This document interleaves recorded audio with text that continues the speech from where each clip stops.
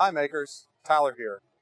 Today we're going to be fixing Z-banding on the Monoprice Mini. So let's get started.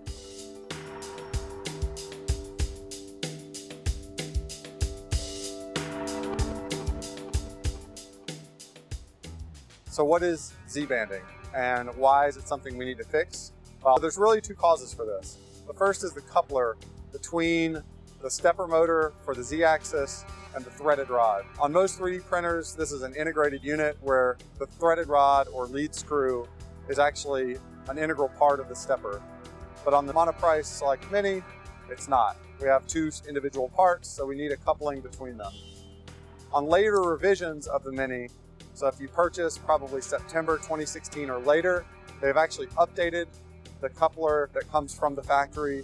It's much better designed, and you probably won't need to change out the coupler. The second issue is in the linear rods themselves for the Z-axis. There's a potential for a lot of slop and play, but that's easily fixed with a couple of 3D printed stabilizers that we'll print, and I'll show you how to install. So let's get started.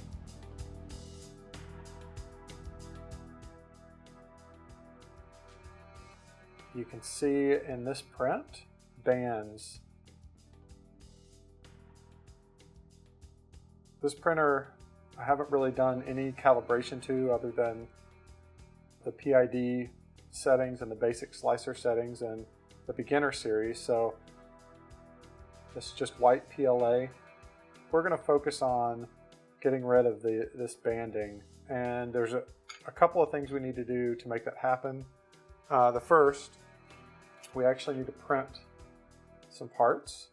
So these are Z-axis stabilizers from US Water Rockets. They're on Thingiverse. There's actually 2 sets of these that I printed. So we're gonna install these today. That's the first part. And then the second part is actually looking at the Z-rod inside and the coupler and fixing that if it's wobbling. Make sure that your printer is unplugged. Then I'm just gonna clip the filament here so that we can take the spool off. Set it out of the way. Take the spool holder off, set it out of the way. Tape down the bed so that it doesn't roll around on us. Go. Gonna tape down the gantry here. Again, just to keep it from moving around too much while we're messing with the printer. There we go. Okay, so now we can tilt our printer back and get started with unscrewing the bottom. On this Mini, my bottom screws are all socket screws. On my other, they were actually Phillips head. If you have Phillips head screws, I recommend replacing them. And you can do that pretty easily by buying some screws from Trimcraft Aviation. This set of 25 cost about 50 cents, stainless steel. So if your Mini has any Phillips head screws, just go ahead and swap those out, because the Phillips head screws will eventually strip out.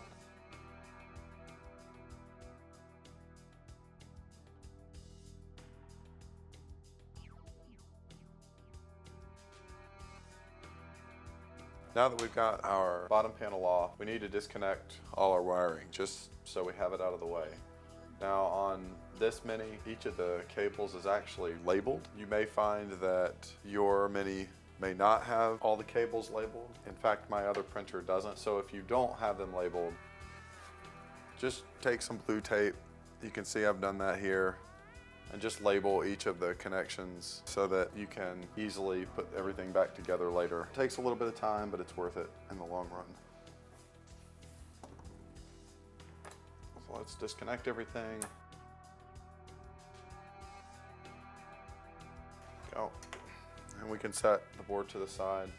Now the other thing you may want to do if you are going through the trouble of taking your Mini apart, as you can see, the 2 boards that I have, this one has heatsink across the stepper drivers.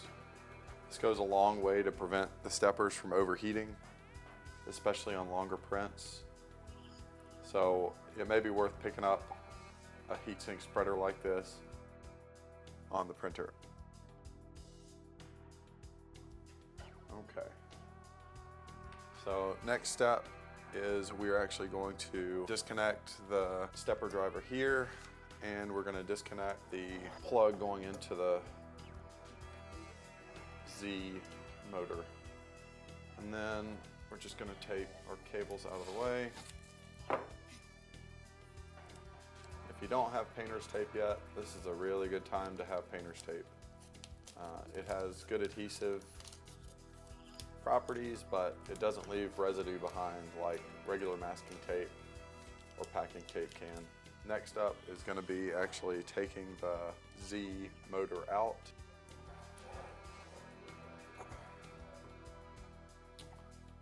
I'm going to tilt this up for you so you can see it a bit better. There we go. So in order to get this out, we need to take off the side panels first.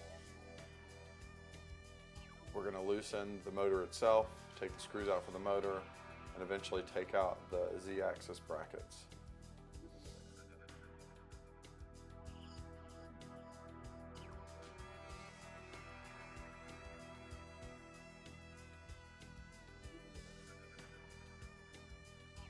Panels off. Make sure you don't lose your lock washers.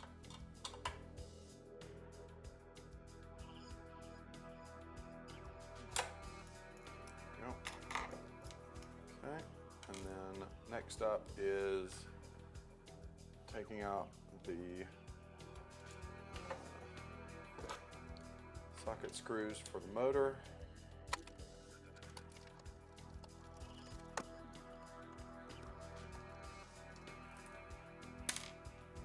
One, two.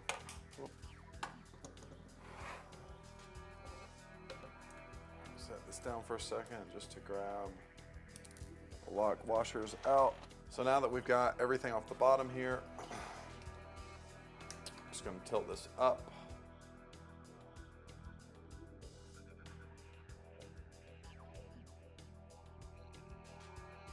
So next up is going to be taking the tops out.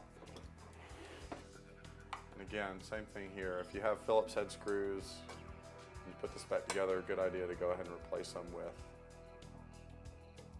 some socket screws.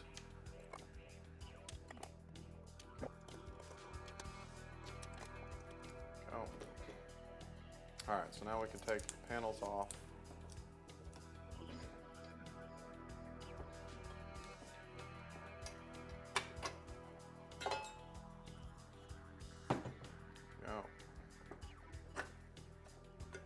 Back. There we go. Depending on the manufacturing date of your Mini, this bottom section here, the cutout between the coupler and the motor may be small like this, or let me show you the other one,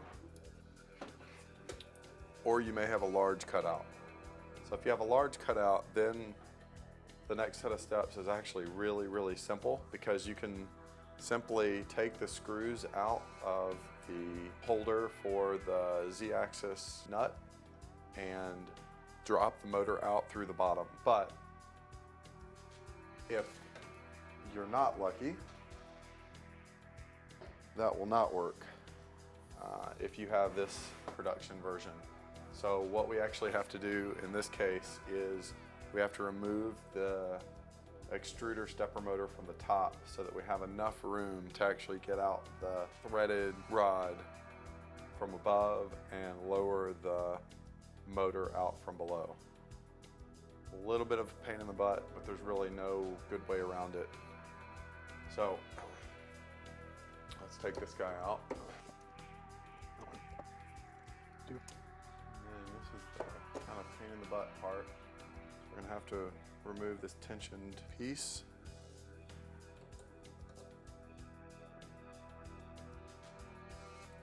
I'm just pressing down as I'm unscrewing this.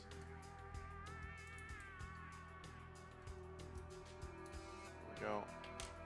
And now I'm just gonna gently lift lift up so it doesn't fly off, making sure not to lose the little pass-through piece that goes in the extruder arm there. Take our spring out. Now that gives us access to the last screw up here. Just gonna take that one out. So now I can remove it and unplug it. So that gives us plenty of room to work with now. So you can see now we've got plenty of room to work with the threaded rod. Next up, we need to remove the screws here. There will be 4 on your Mini. I have 2 because I didn't reinstall all 4 of them. Let's take these out.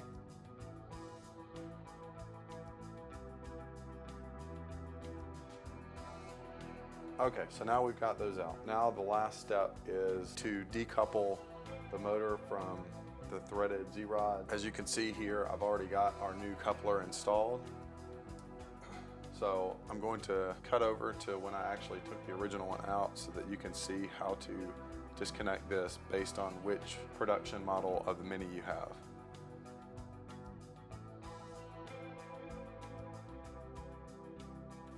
You can see it's attached here with these 2 set screws. Got the right Allen wrench for that. There we go.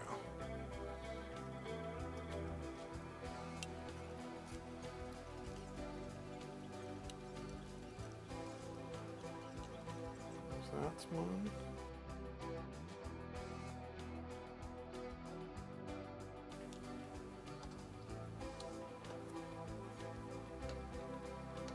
There we go. That bad boy's in there tight. Looks like it even had some Loctite on it, possibly. Oh, it definitely did.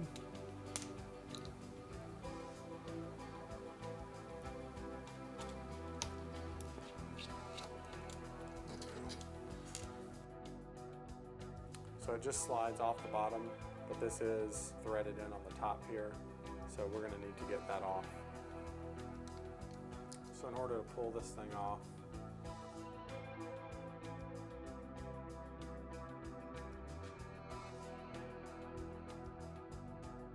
and after a few revolutions, eventually it'll get to where you can take it off the rest of the way by hand. And there we go. I wanted to show the other coupler that comes on the Mini. They're quite a bit different. At least for me, this coupler didn't have major Z-banding issues. Simply by installing the stabilizers, it corrected all of the banding on the Mini with this coupler on it. But for you guys, I'm going to show how to disassemble this thing, and then you can follow along for the rest of the video regardless of which printer you have. The main difference with this coupler is there's thread lock on the threads on this thing, so we need to heat it up before we attempt to remove the set screw. So we need to heat it up before we attempt to remove the set screw. So I'm just using a cheap heat gun from Harbor Freight, put it on the low setting, so top setting, and we're just going to heat up the area around the coupler so that hopefully this set screw comes out without any issues.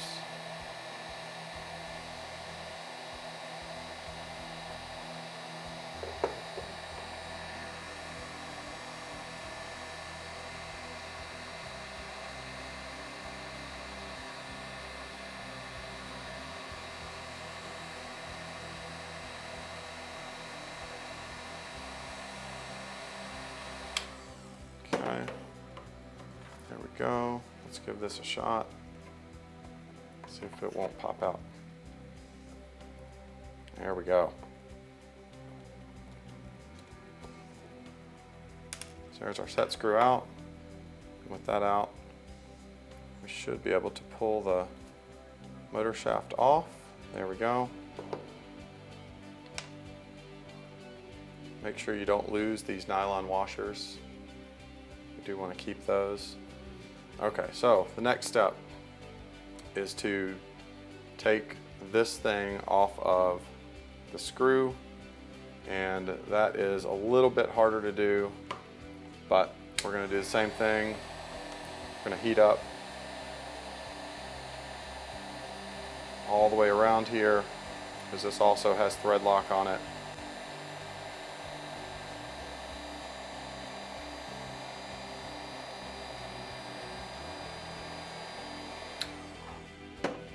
Okay, well, you can see it getting toasty. It's actually fuming there.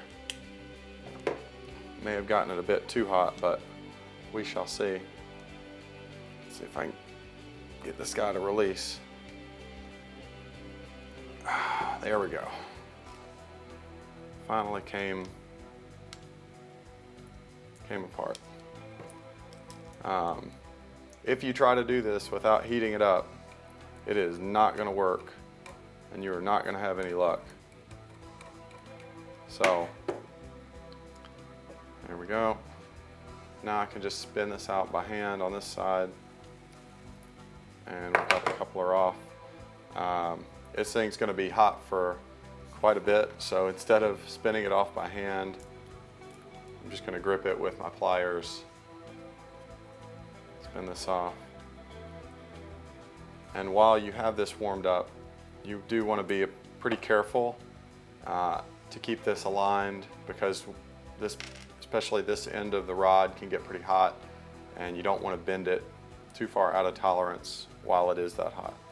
So now that we've got this off, we can proceed just like with the other coupler and putting on our new one. All right, so now we've got our Z-rod disconnected from the coupler. We gotta put the new coupler on.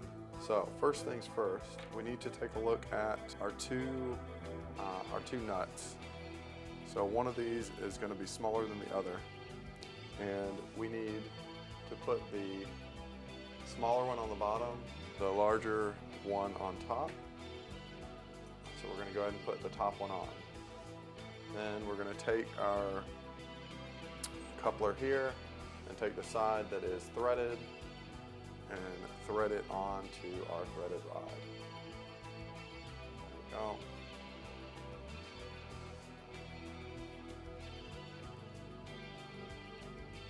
Thread that all the way off. So there we go. Now, we're not going to connect the coupler quite yet.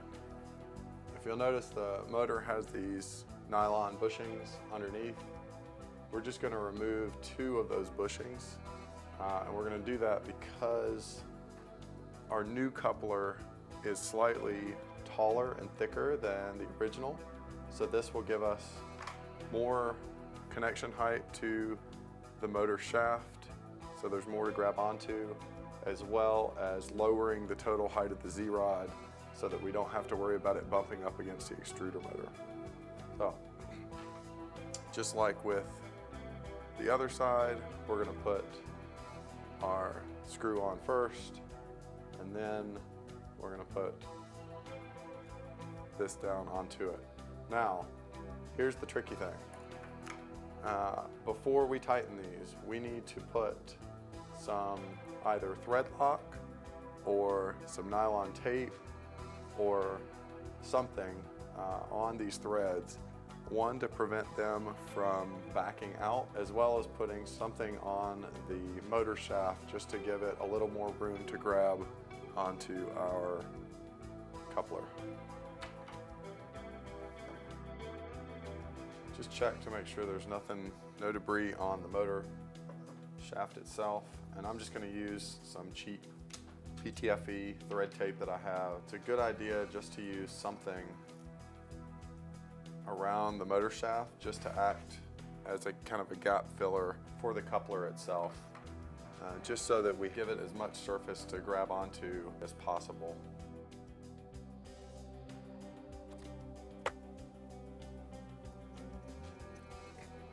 This step isn't strictly necessary, but the motor shaft side of the coupler is going to be the weak spot. So there we go. So then next, we're going to do the same thing, but we're going to wrap some PTFE tape around both sides of the coupler itself.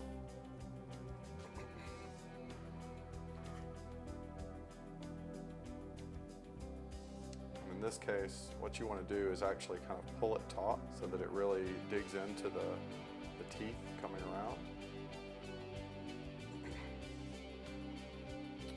And I'm not going to put a ton of it on there.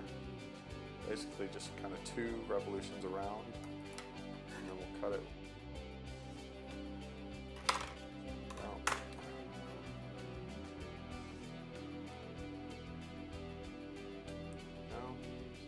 Side. And now the other.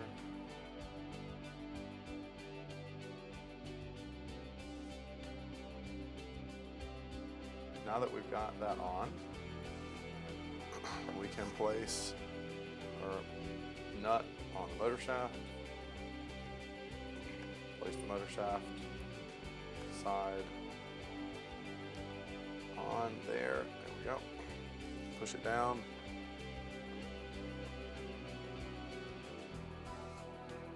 And we can start to tighten the motor shaft, although I can look at it now. So it's pushed all the PTFE tape off. So that means I put too much on.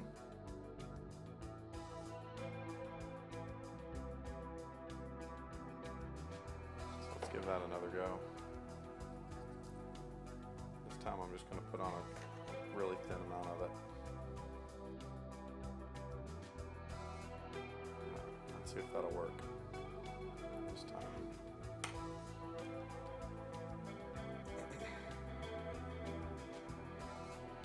If it still pushes down. No, there we go. So now it's going on there nice and tight and snugly. Pushing that down. That's good. And then I'm just going to loosely tighten both sides of the coupler, like so. And essentially, what I want to do, as you can see, I'm just holding one side with a finger, and these nuts will tighten against each other. So all I'm doing is just tightening these until they are basically hand tight. So I don't want to over tighten them too much.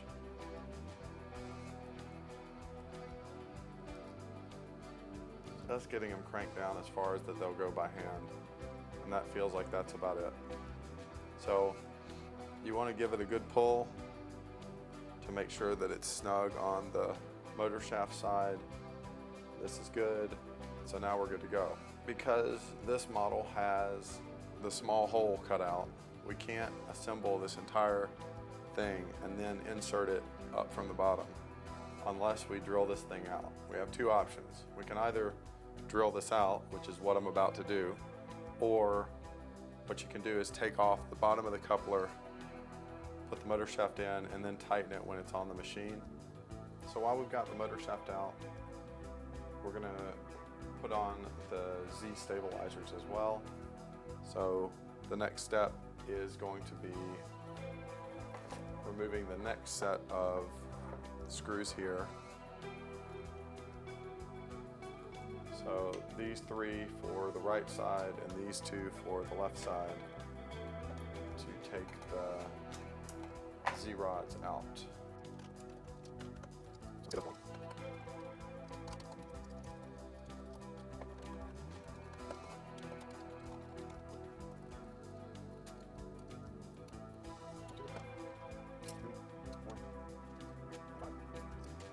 Again, just make sure you keep up with these block washers.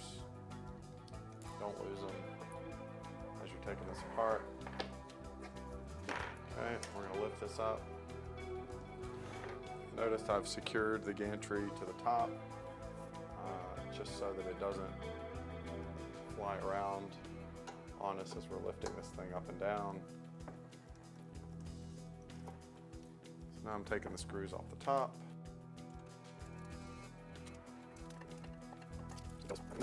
There we go. So now we have everything loosened. So we can take the tape off the top here, and the entire assembly will come off. So there we go.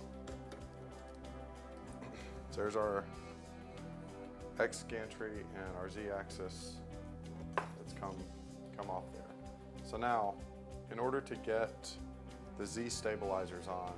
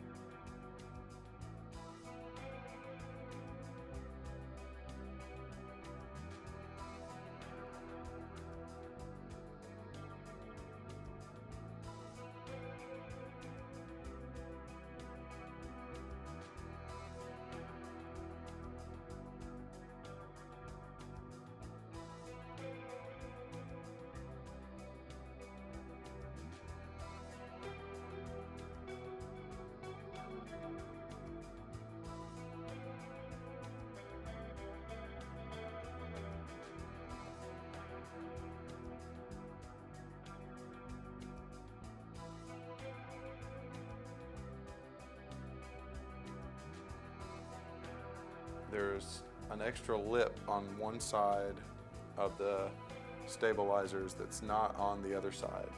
And so you want the side with the lip, so that's the side without. You want the side with the lip to be at the top or closest to the plate of each. If you need a little help, you can use a pair of pliers just to help snap each of them into place. So we want to put on all 4 of these guys, and once you've got those 4 on, then we can start reassembly. So we're just going to go in the reverse order of what we just did.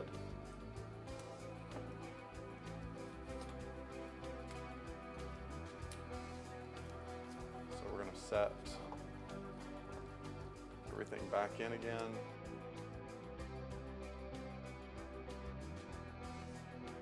Put this first screw back in the top center, hopefully. There we go. So I'm not tightening this thing down super tight yet. I just want to get it started up top. Again, I'm not tightening these down, I'm just getting them in place. We're going to wait until we get the bottom screws in to tighten down the top. I'm going to lift this guy back up. Give it an extra piece of tape here. Hold it down. Come to the bottom. Put screws in the bottom. Now for these, I'm going to put all the screws in, not tightened all the way down at first, just getting them threaded in, and then we'll come back and tighten them down.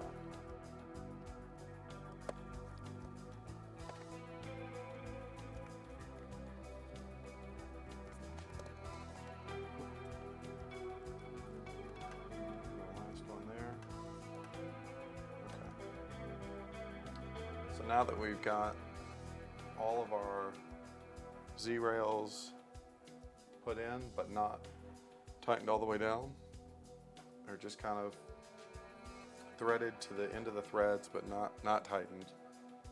The next step is putting our motor shaft back in. For that, we're going to push it through and then make sure that we rethread. Now we know, because of our new coupler, we know that the shaft and this threaded rod are straight. So we know that they are not going to be bent or off kilter at all. However, it is possible that because of deviations in the motor shaft flange or in our bottom plate here, that could actually throw off the level. So we're going to put this in and see.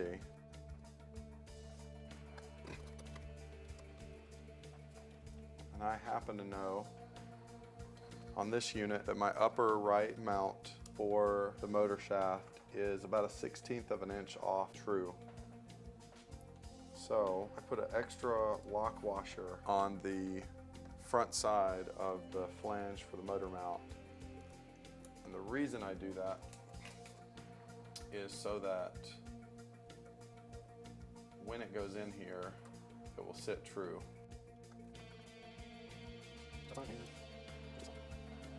So hopefully you can see up here that the way that the shaft aligns is almost dead center up here, which is pretty critical so that we don't get any banding issues. And I am fully tightening down the motor shaft there. Okay, so now we've got our stabilizers in, we've got our motor shaft back on. We can actually remove our tape holding the gantry up, take it off, go, and let the gantry lower down onto its nut here. And we can put the screws back onto that nut. So I'm just going to lower our nut down a bit further just so I can get the screwdriver.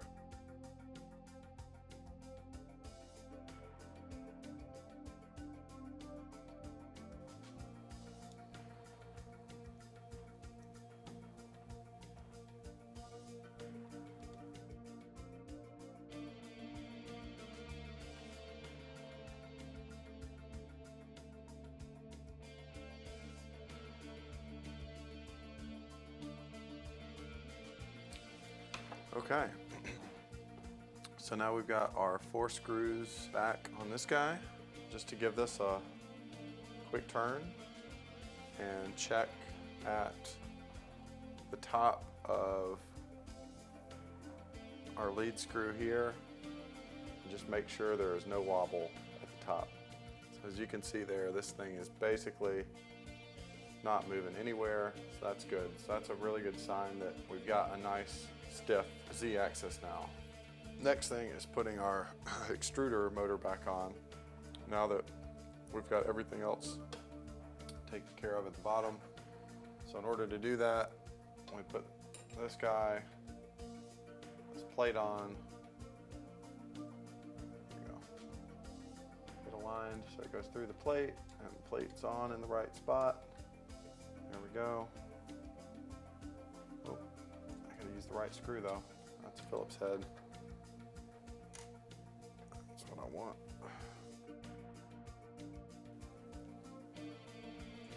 There we go. And as with everything else, I'm not gonna tighten this completely down yet. And then we'll put on these 2 outside screws again. Go. Because we want to make sure that this guy goes in without any issues. So we need to put our spring back in. Just sits on there. And then our extruder arm, making sure that we've got this guy in. filling it through. Get everything lined up. We drop our screw on top, and I'm just going to start threading it through until I see it coming out the bottom. There we go.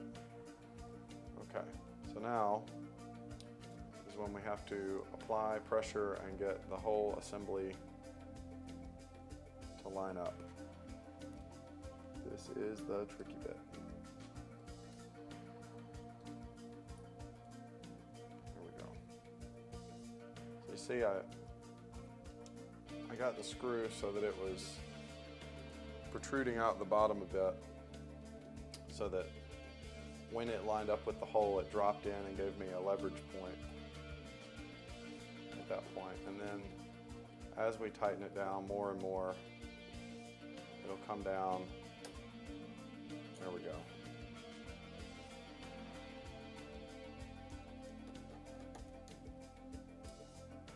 So now it's on there where we want it. That's good.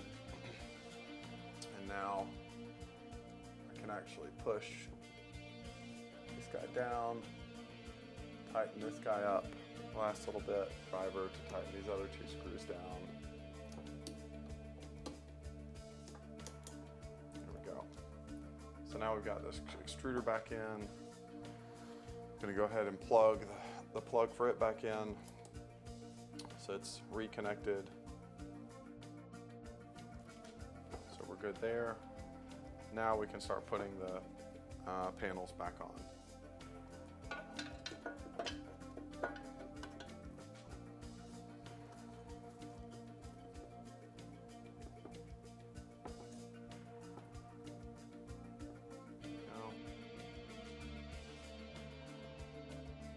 Now, like everything else, I'm not putting these in super tight.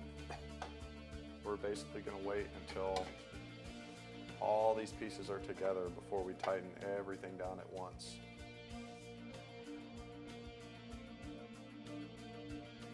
There's our top done. Turn it down. One more time. Again, we're still going to use our lock washers.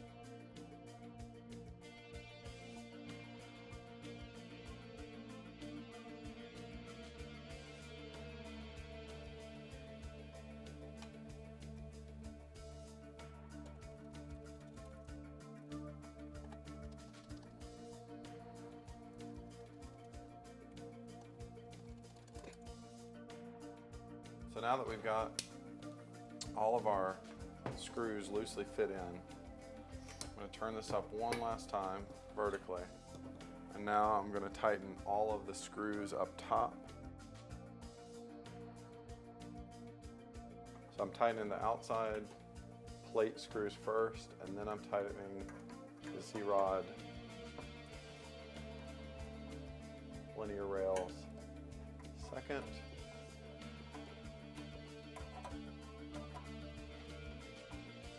Okay, and now turn this guy back to the bottom, and we will tighten the screws in the bottom.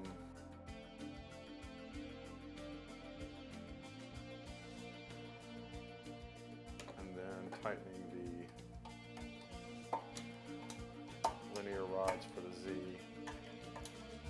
Second.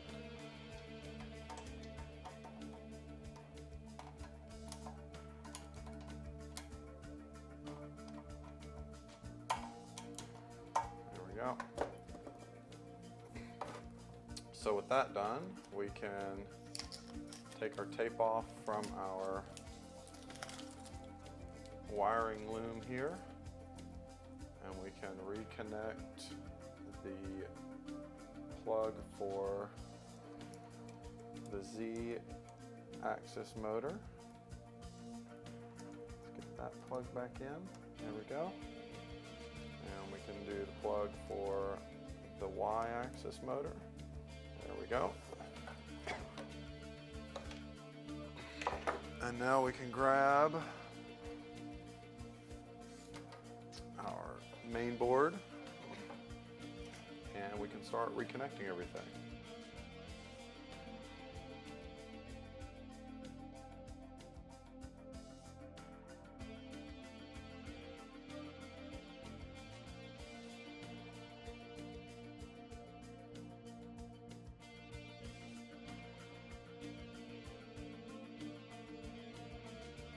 Alright, so there we go.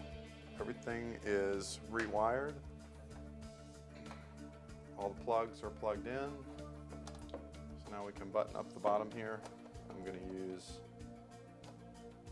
my new socket screws in the bottom, just so I can get all the Phillips head screws out of this thing.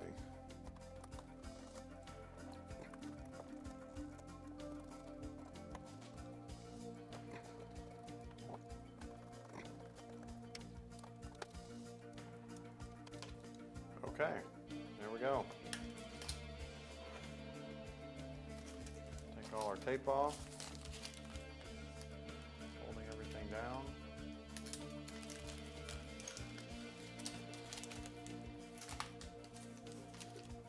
We will need to re-level the bed before we start printing again, but we should be ready to test this out. So let's get it plugged in and re-level the bed and do a test print. All right, so print's finished, and I left the front cover off so you can see that the new coupler is on. And let's have a look at our Reindeer version 2. Can't pop him off the build plate here. He is stuck on there.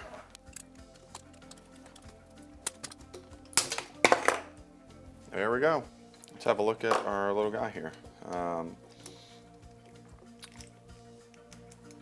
printed him this time with supports just on the bottom, so there'll be a little bit more to clean up, but it shouldn't be too bad. The thing that you really care about, we both really care about, is the banding or lack thereof.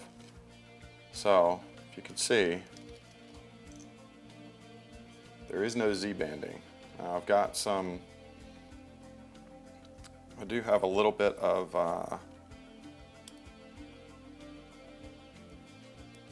quality issue with just the material, but if we compare to this friend here, we can see the before and after.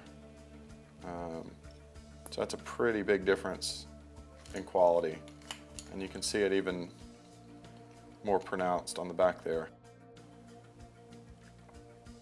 So I think we've gotten Z banding licked. Hopefully you did too. If you liked this video, give it a thumbs up. If you didn't like this video, thumbs down. And as always, hit the subscribe button. Thank you.